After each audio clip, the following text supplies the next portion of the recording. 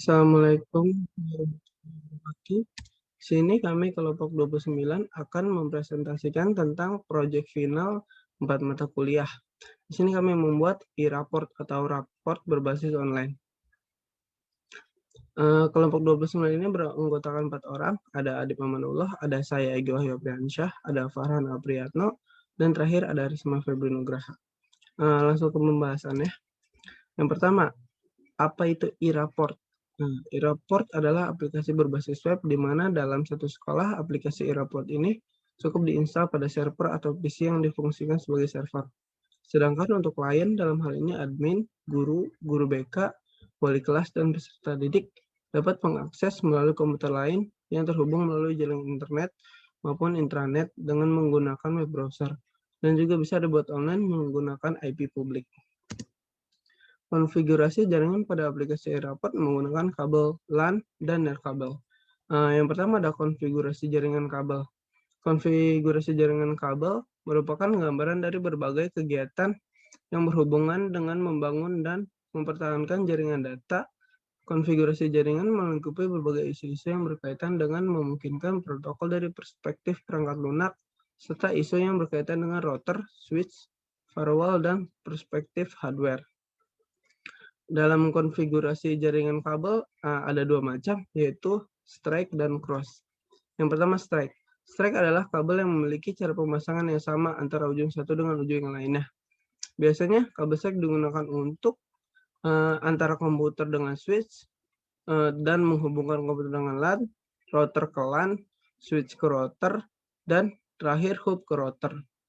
Untuk pengertian kabel cross adalah kabel memiliki susunan berbeda antara ujung satu dengan ujung 2. Dan fungsi dari kabel cross ini digunakan untuk menghubungkan dua device yang sama. Dan biasanya kabel cross digunakan untuk menghubungkan dua buah komputer secara langsung, menghubungkan dua buah switch, menghubungkan dua buah hub, dan menghubungkan switch dengan hub, terakhir menghubungkan komputer dengan router. Untuk konfigurasi jaringan nirkabel, gampangnya bisa dibilang menggunakan WiFi. Selanjutnya, admin atau administrator. Nah, kewenangan administrator di sini adalah orang yang ditunjuk oleh kepala sekolah untuk bertanggung jawab penuh atas kelancaran penggunaan aplikasi e-report serta memiliki hak akses dalam pengoperasian e-report. Admin memiliki tugas sebagai berikut. Yang pertama, melakukan instalasi e-report ke dalam server, melakukan sinkronisasi data ke Dapodik. Yang ketiga, mengedit profil sekolah, memberi hak akses kepada user dalam hal ini guru mata pelajaran, wali kelas, guru bimbingan, dan konseling serta peserta didik, kepala sekolah, dan orang tua siswa. Yang kelima, mensosialisasikan e-report, membagikan username dan password kepada yang bersangkutan. 6. Meringkas nama mata pelajaran. 7. Memetakan mata pelajaran. 8. Menyesuaikan data muatan lokal. Yang ke-9, menginput kriteria ketuntasan minimal atau KKM mata pelajaran. Yang ke-10, menginput data tanggal raport. Yang ke-11, mencetak raport. Yang ke-12, mengirim nilai ke Dapodik. Ke-13, melakukan backup dan restore data. Yang terakhir, menginput nilai US atau USBN khusus untuk kelas 12. Oke, untuk materi selanjutnya akan disampaikan oleh teman saya. Terima kasih.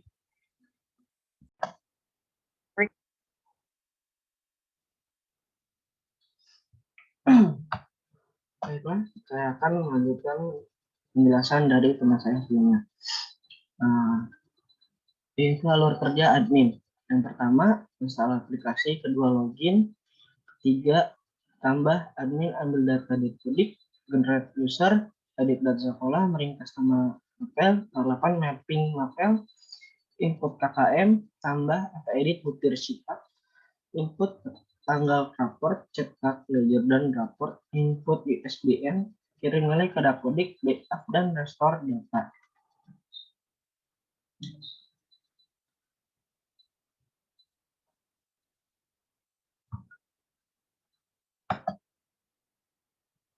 Satu persyaratan teknis server agar aplikasi e-report ini dapat berjalan sebagaimana mestinya. Perlu diperhatikan persyaratan teknis server atau komputer yang berfungsi sebagai server sebagai berikut. 1. Prosesor minimal setara dual core, lebih disarankan Core i3. Operating System Windows 10, XP, 7, 8, dan 10.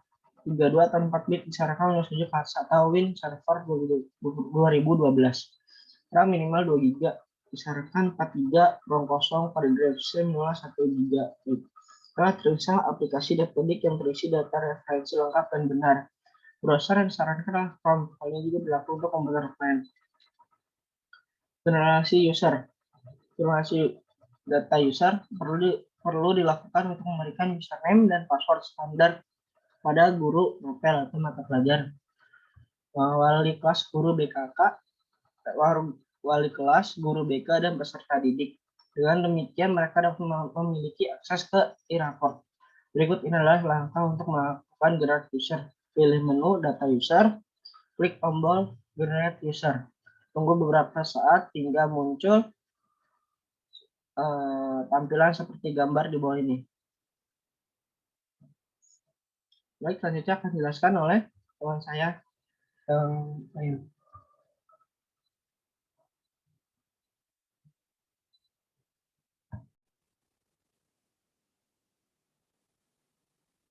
Tiga, untuk mencetak data username dan password masing-masing pengguna, silakan klik tombol download data user.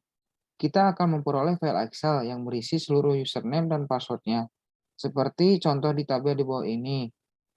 Di sini tabel pertama ada tabel data user wali kelas, dan tabel kedua tabel data user guru mata pelajaran.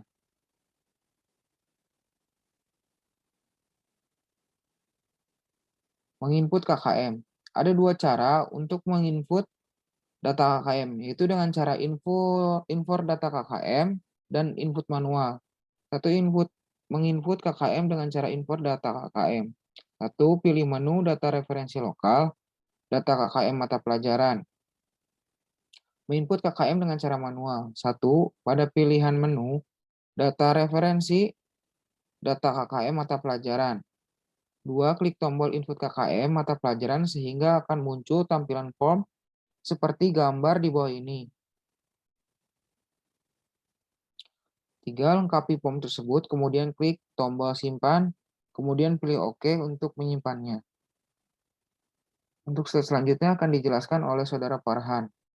Terima kasih.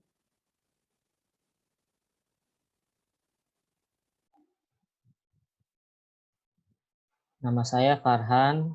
Di sini saya akan melanjutkan yang berjudul menginput tanggal rapor. Pada akhir semester, admin bertugas untuk menginput tanggal rapor diterbitkan. Adapun langkahnya adalah sebagai berikut. 1. Pilih menu cetak ledger dan rapor. Input tanggal rapor.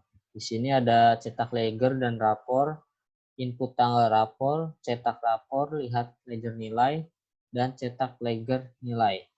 Berikutnya ada sinkron nilai dapodik.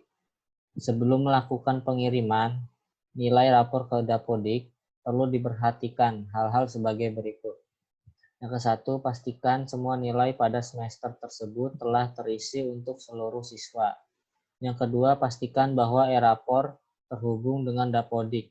Adapun langkah untuk mengirim nilai ke dapodik lokal adalah sebagai berikut. Ada sinkron nilai dapodik dan kirim nilai ke dapodik. Mungkin bisa dilihat. Nah, mungkin itu saja presentasi dari saya. Mohon maaf apabila ada kesalahan. Assalamualaikum warahmatullahi wabarakatuh.